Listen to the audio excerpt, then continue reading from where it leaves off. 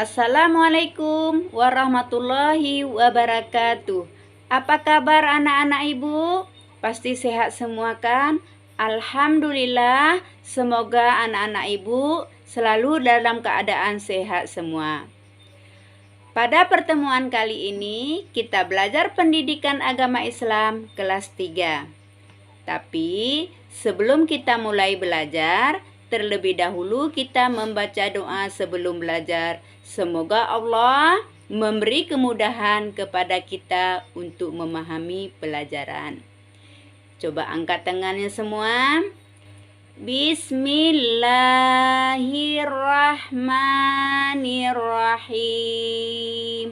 Rabbi zidni ilma warzuqni fahma. Amin.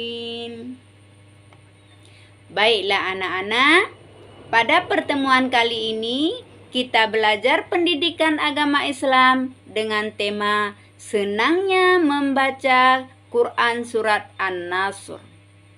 Dan sebagai subtemanya adalah membaca Quran surat An-Nasr dengan tajwid. Kemudian, sebagai tujuan mempelajari surat An-Nasr adalah ibu berharap nanti setelah belajar anak-anak dapat membaca surat An-Nasr sesuai dengan hukum tajwid Al-Quran yang benar dan dapat menjelaskan kembali hukum bacaan yang terdapat pada surat An-Nasr tersebut. Kemudian anak-anak dapat menerapkan dalam kehidupan sehari-hari. Nah, anak-anak, sebelum kita membaca surat An-Nasr, terlebih dahulu kalian mengetahui apa itu surat An-Nasr. Ayo, siapa tahu di antara kalian semua? Belum ada yang tahu? Coba dengarkan penjelasan ibu. Surat An-Nasr merupakan surat yang ke-110 di dalam urutan Al-Quran. Nama An-Nasr diambil dari kata An-Nasr yang terdapat pada ayat pertama, yang artinya pertolongan. Surat An-Nasr turun di Mekah setelah surat At-Taubah. Tapi walaupun turun di Mekah, surat ini termasuk golongan surat Madaniyah. Karena apa? Karena turunnya setelah Nabi Muhammad hijrah ke Madinah. Kemudian surat An-Nasr ini terdiri dari 3 ayat, 19 kalimat, dan 80 huruf. Nah anak-anak, kemudian surat An-Nasr diturunkan ketika pembebasan kota Mekah atau disebut dengan Fathul Makkah. Surat An-Nasr berisi tentang janji Allah bahwa pertolongan Allah akan segera datang dan Islam memperoleh kemenangan. Nama lain surat An-Nasr adalah At-Taudi, yang artinya perpisahan. Karena surat ini turun pada akhir usia Nabi Muhammad SAW. Baiklah anak-anak, sekarang mari kita bersama-sama membaca surat An-Nasr. Bismillahirrahmanirrahim. Idza jaa nasrullahi wal fath wa ra'aitan nasa yadkhuluna fi dinillahi afwaja fasabbih bihamdi rabbika wastaghfir innahu kana tawwaba.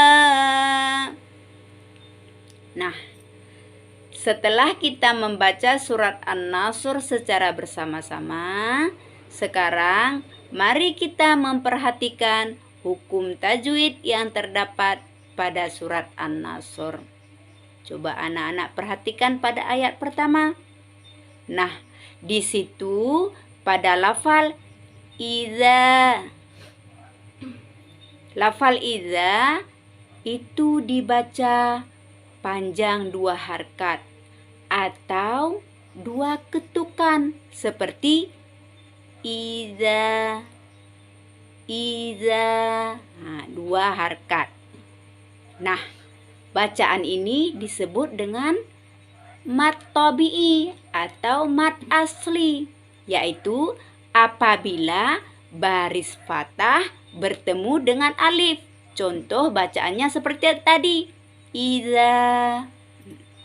Kemudian apabila baris kasrah, ya, baris bawah bertemu dengan ya sukun. Contohnya fi, di yang terdapat pada ayat yang kedua. Kemudian apabila ada baris dhammah, ya, yang baris kayak cekok kayak gini. Nah, kemudian baris dhammah tersebut bertemu dengan waw sukun. Contoh bacaannya adalah lu yang terdapat pada ayat yang kedua juga. Nah, anak-anak ibu semuanya, coba perhatikan pada lafal jaa, ya. Jaa yang ada tulisan layarnya di atas itu panjangnya 5 sampai 6 harokat atau 5 sampai 6 ketukan seperti ini, ya. Ja. Ja-nya dipanjangkan 5 harokat. Paham anak-anak ibu? Nah, bacaan ini disebut dalam ilmu tajwid adalah mad wajib muttasil. Jadi, wajib dipanjangkan bacaannya antara 5 harokat dan 6 harokat.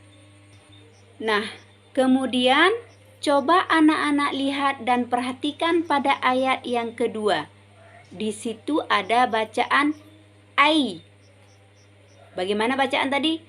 Wa ra'aitan nasa. Ai.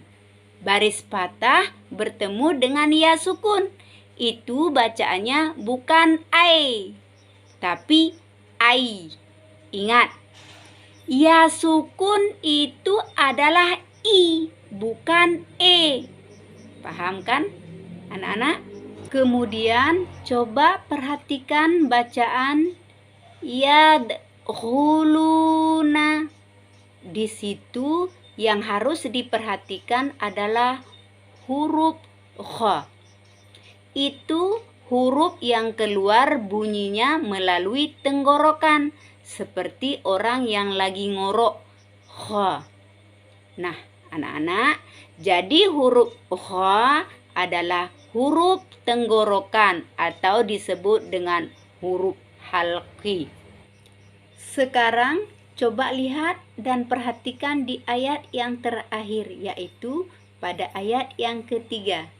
Nah, di situ yang harus kalian perhatikan adalah huruf yang bertasydid.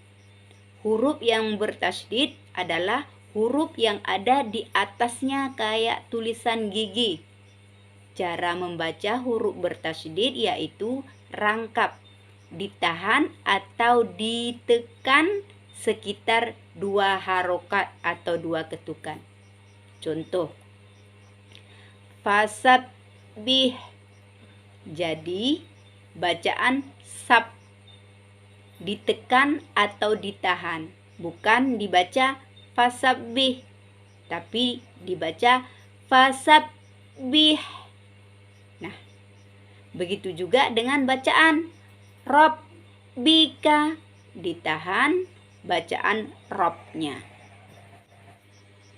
Baiklah anak-anak, itu tadi adalah materi kita pada pertemuan kali ini tentang surat An-Nasr.